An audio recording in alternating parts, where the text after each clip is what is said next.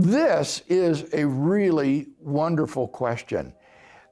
Courage is clearly a moral virtue. It is morally virtuous to be courageous rather than cowardly. And yet, when you think about it, courage is not a moral virtue that God can exemplify. Why? Well, because God is omnipotent. Nothing can harm him or even threaten him.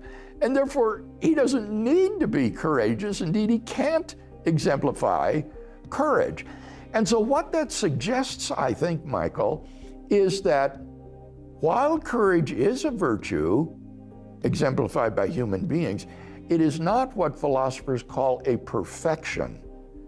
A perfection is a property which it is absolutely better to have than not to have. And no perfection can imply or entail an imperfection. And courage would be like that.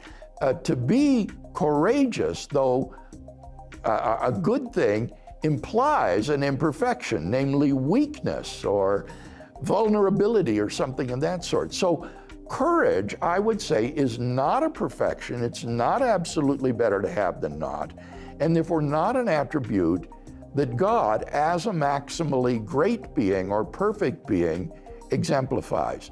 So perfect being theology would exclude certain properties from being exemplified by God because they are inconsistent with perfection.